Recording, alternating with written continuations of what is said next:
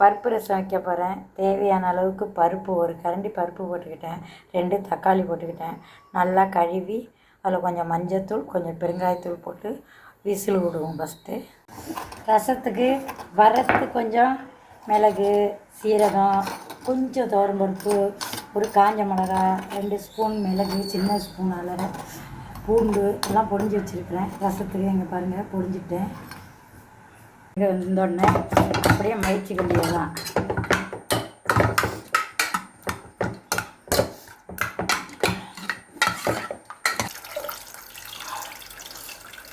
புளி தண்ணி தேவையான ரெடியாக இருக்குது பாருங்கள்.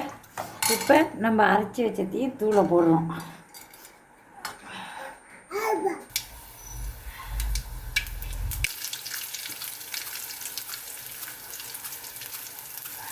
கருவேப்பிலை, பெருங்காயத்தூள் போட்டாச்சு. ரெடிங்க. கொதிச்சோன்னா ஒரு கொதி வர சமயத்தில் இறக்க வேண்டியதான் பருப்பு ரசம். பூண்டு எல்லாம் போட்டு வறுத்து வைக்கிற ரசம் இதுங்க.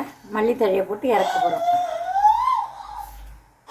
ரசம், வாழைக்காய் வறுவல் ரெடி. எல்லோரும் சாப்பிடுவாங்க.